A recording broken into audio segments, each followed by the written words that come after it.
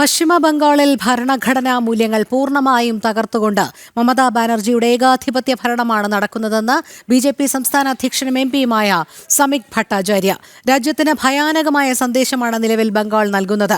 ഭരണഘടനാ മൂല്യങ്ങളുടെ സംരക്ഷണത്തിനായി അടിയന്തര ഇടപെടൽ ഉണ്ടാകണമെന്നും സമീക് ഭട്ടാചാര്യ ആവശ്യപ്പെട്ടു.